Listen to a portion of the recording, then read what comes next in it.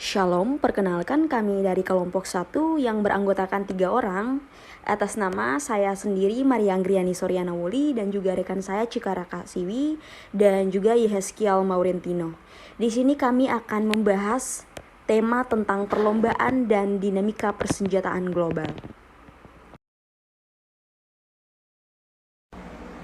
Saya Maria Anggriani Sorianawuli akan menjelaskan mengenai Indonesia Army Wings Assam, di mana TNI Angkatan Darat kembali menorehkan prestasi gemilang di pentas internasional dengan menjadi juara umum pada lomba tembak bergengsi antara Angkatan Darat dari 22 negara di wilayah Asia Pasifik dan beberapa negara dari benua Amerika dan juga Eropa.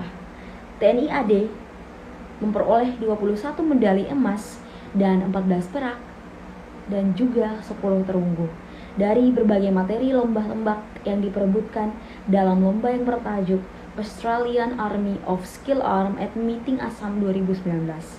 Panglima Komando Cadangan Strategis Angkatan Darat Pangkostrat Letnan Jenderal TNI Besar Harto Karyawan SHMTR meninjau lomba tembak Assam tahun 2019 yang digelar oleh Angkatan Darat Australian Royal Australian Army selama 8 hari mulai 26 Maret hingga 2 April 2019 tepatnya di Bukit Punya Military Range, Victoria, Australia.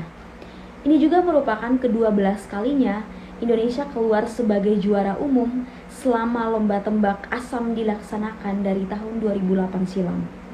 Pada event ini, juara 1 diraih oleh kontingen Indonesia, juara 2 oleh kontingen Australia, dan juara 3 oleh kontingen Malaysia. 5 orang petembak TNI AD juga masuk sebagai 20 orang petembak terbaik yang terpilih untuk mengikuti match championship 104 dari masing-masing kontingen negara peserta Assam. Selanjutnya 3 orang petembak TNI AD keluar sebagai juara pada match championship, yaitu Sertuoli sebagai juara 1, Sertu Mistran sebagai juara 2, dan Kopda Arifin sebagai juara 3. Dengan hasil tersebut, maka TNI Angkatan Darat dinyatakan sebagai juara umum lomba tembak Assam tahun 2019 dan juga ikut mendampingi Pangkostrat dalam peninjauan kali ini. Baban Blincach Saspan Kolonel Infantri Bagun Naboto atas sejarah Indonesia Lembut Australian. Kolonel Infantri Herbert Tambunan selain kemampuan petembak torehan prestasi ini sekaligus menunjukkan senjata produksi dalam negeri, dalam hal ini PT Induk Persero yang sangat luar biasa dan andal. Adapun peraih 10 besar Kaspen Lomba Assam 2019 setelah Indonesia, yaitu Australia, Malaysia, New Zealand, Korea, United States, Prancis, Kanada, Jepang, dan juga Vietnam. Sedangkan negara peserta yang tidak hadir yaitu Irak, Filipina, Singapura. Dan sekali lagi prestasi para petembak TNI AD Assam 2019 dipersembahkan sebagai kehormatan serta kebanggaan rakyat dan juga bangsa Indonesia. Selanjutnya akan dibacakan oleh rekan saya, Kak Yehezkiel. Terima kasih. Perkenalkan, nama saya Yehezkiel Maurentino. Di sini saya akan melanjutkan apa yang telah disampaikan tadi. Di sini saya akan membahas tentang perlombaan senjata di negara-negara Indo-Pasifik. Perlombaan senjata-senjata yang semakin intensif di seluruh Indo-Pasifik. Titik nyala potensial di seluruh wilayah, meningkat risiko konflik nuklir. Salah satunya ada di India, Korea, dan Cina di Laut Cina Selatan. Hal itu dapat bisa mengancam Amerika Serikat, sekutunya, dan dunia. Dan di sini ini adalah tingkat peperangan yang sama sekali berbeda. Kekuatan nuklir yang paling intensif di dunia itu ada di Tiongkok.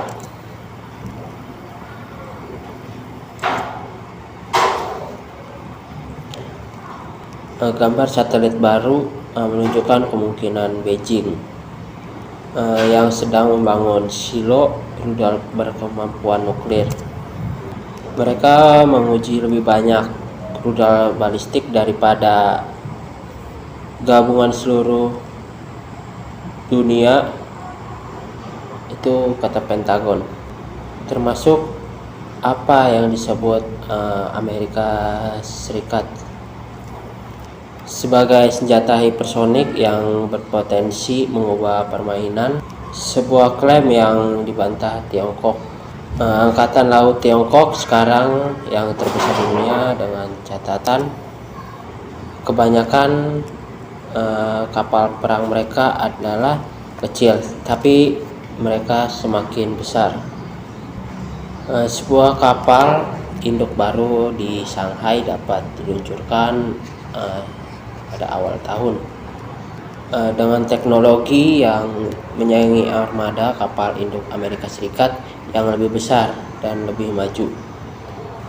Maka ukuran penuh kapal perang Amerika Serikat terlihat di gurun di Xinjiang, mungkin untuk sekedar hanya latihan sasaran. Itu apa yang disampaikan oleh para analisis. Tiongkok juga merenggangkan otot terbangnya. Mereka menerbangkan pesawat tempur di dekat Taiwan dalam jumlah rekor. Para pemimpin pulau itu memperingatkan ketegangan lintas selat berada pada level tertinggi dalam 40 tahun. Taiwan bergegas untuk memodernisasi militernya, itu kapal baru, lebih banyak rudal, miliaran dolar dalam senjata buatan Amerika. Semua untuk berjaga-jaga terhadap invasi. Mecan Taiwan mengatakan itu mungkin terjadi pada tahun 2025. Sebuah perang yang dapat melibatkan Amerika Serikat dan sekutu demokratis lainnya, seperti Cina, Jepang, Taiwan, dan Korea Selatan. Di sini Presiden Taiwan mengatakan bahwa mereka siap membela selama mereka bisa kepada sekutu-sekutu mereka. Dan di sini Taiwan yakin bahwa mereka dapat mendapatkan support dari rekan-rekannya, baik seperti tadi Cina, Korea Selatan, dan lain-lain. Teman terdekat Taiwan setidaknya secara geografis itu Jepang, memberi isyarat dukungan untuk Taipei memperingati terselubung untuk Beijing selama Jepang sedang menggelar latihan militer terbesar dalam beberapa dekade terakhir ini, baik itu memindahkan rudal, radar, dan pasukan ke pulau-pulau di sekitarnya. Sekitar 100 mil dari pantai Taiwan, mengirim kapal ke laut Tiongkok Timur, tempat sengketa wilayah dengan Tiongkok. Jepang juga menghadapi ancaman dari rudal Korea Utara. Pyongyang diyakini meningkatkan produksi uranium guna untuk mempersenjatai nuklirnya yang terus berkembang. Korea Selatan mempercepat perkembangan senjatanya sendiri, termasuk rudal balistik yang diluncurkan dari kapal selam. Australia akan mendapatkan kapal selam bertenaga nuklir sebagai bagian dari kesepakatan dengan Amerika Serikat dan Inggris. guna untuk melawan ekspansi cepat Tiongkok yang memiliterisasi pulau-pulau buatan di Laut Tiongkok Selatan. Pembangunan militer lain di Himalaya, lokasi bentrokan perbatasan mematikan tahun lalu antara Tiongkok dan India, negara lain dengan senjata nuklir. Perkenalkan, saya Cika Rakasini. Di sini saya akan melanjutkan pembahasan yang sudah dilakukan oleh kedua rekan saya sebelumnya. Saya akan membahas mengenai perbandingan persenjataan militer antara Indonesia dan Cina. Pada tahun 2020 lalu, Indonesia sempat digemparkan dengan masuknya kapal-kapal nelayan Tiongkok ke wilayah perairan Natuna tanpa izin. Masyarakat dan pemerintah Indonesia dibuat geram karena kapal nelayan Tiongkok beberapa kali memasuki wilayah perairan Natuna tanpa izin meskipun sudah diperingatkan. Padahal, masing-masing negara sudah memiliki zona ekonomi eksklusif yang ditetapkan oleh UNCLOS. Pelanggaran seperti inilah yang membuat kekuatan militer terus dikerahkan untuk menjaga pertahanan dan kedaulatan negara. Persenjataan yang pertama adalah kapal perang. Kapal perang merupakan teknologi yang wajib dimiliki oleh setiap negara untuk mempertahankan kedaulatannya, termasuk Indonesia dan Cina.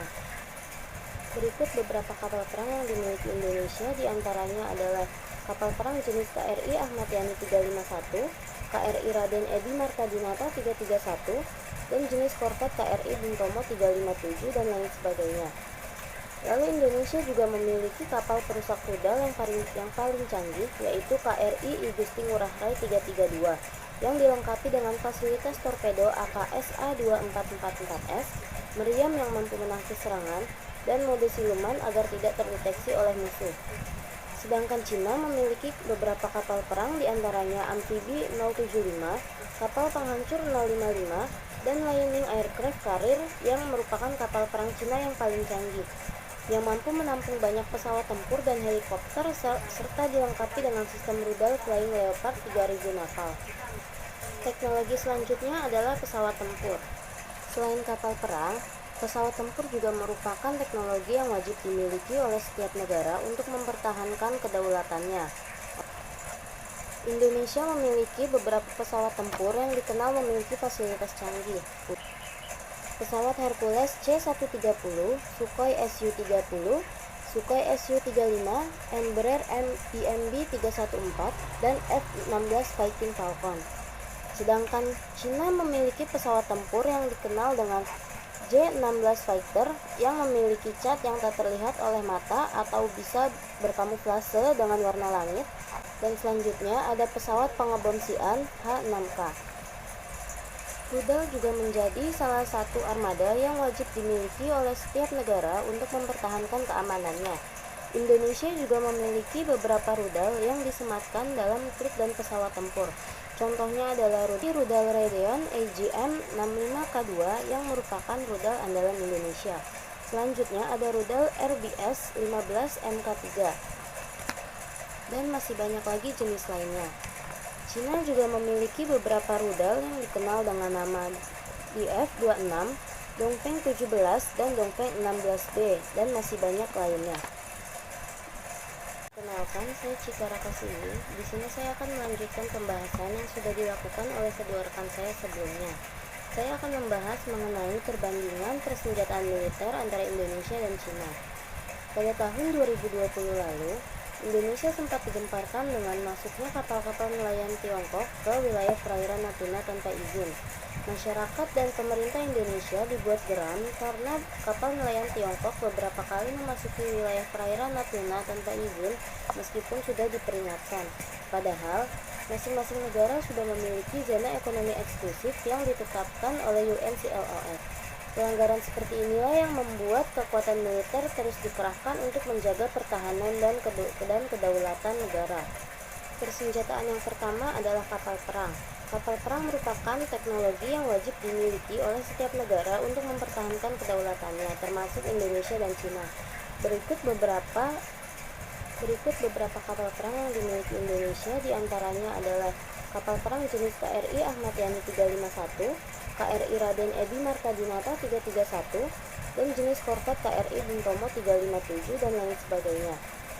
Lalu Indonesia juga memiliki kapal perusak rudal yang paling canggih, yaitu KRI Igusti Ngurah Rai 332 yang dilengkapi dengan fasilitas torpedo AKS A2444S, meriam yang mampu menangkis serangan, dan mode siluman agar tidak terdeteksi oleh musuh.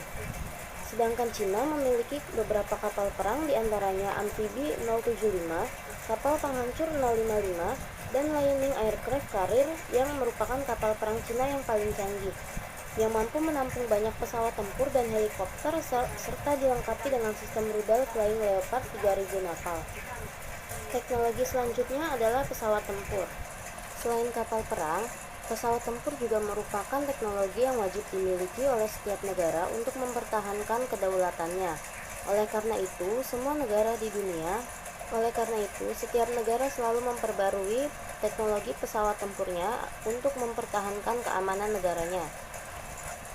Indonesia memiliki beberapa pesawat tempur yang dikenal memiliki fasilitas canggih.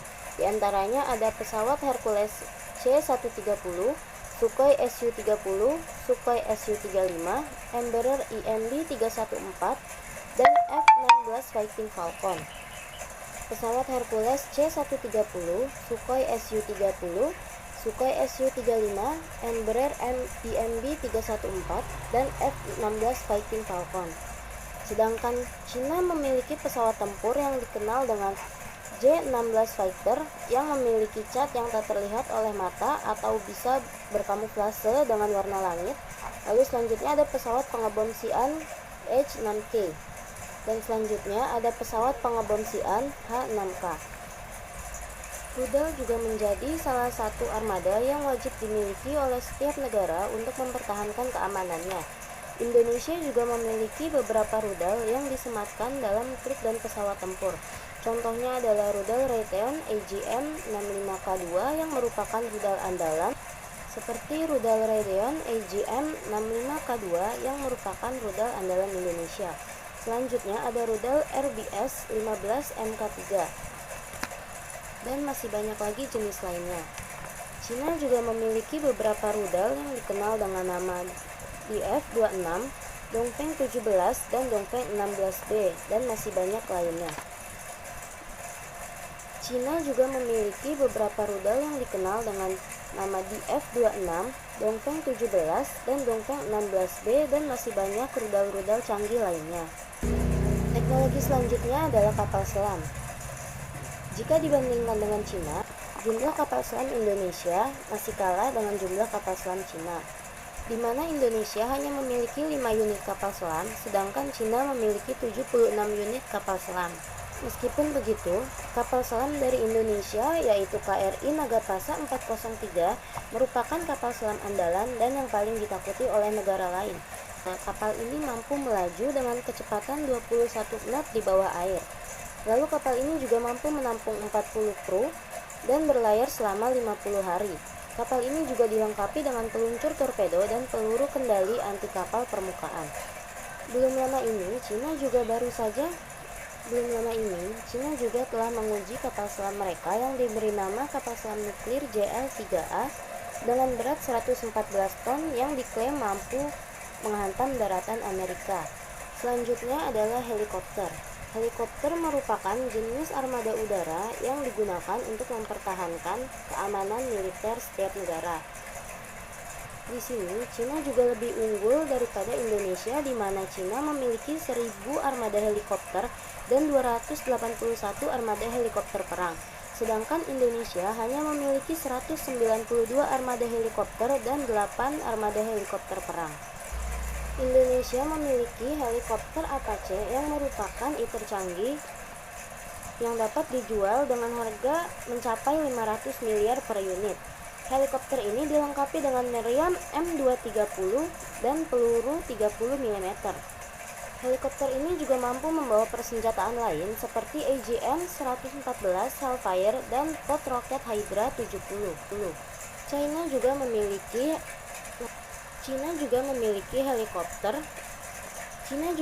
helikopter yang diberi nama helikopter Z-10 yang diklaim sebagai helikopter tercanggih.